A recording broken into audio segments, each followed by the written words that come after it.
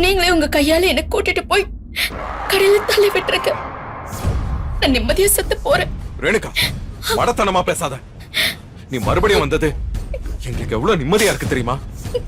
அன்பா இனி அம்மா இல்லாத பொண்ணுன்னு யாருமே சொல்ல மாட்டாங்க. அந்த ஒரு விஷயமே அவ்வளவு சந்தோஷமா இருக்கு. நீ வெண்பாவுக்கு வேணும், நம்ம குடும்பத்துக்கும் வேணும்.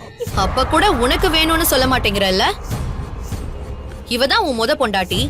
சட்டப்படி இவளுக்கு தான் எல்லா உரிமையும் இருக்கு.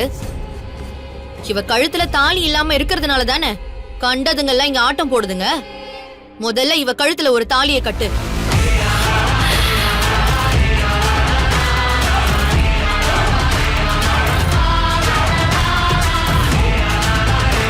முதல்ல இந்த ரேணுகாக்கான அங்கீகாரத்தை அவளுக்கு கொடு.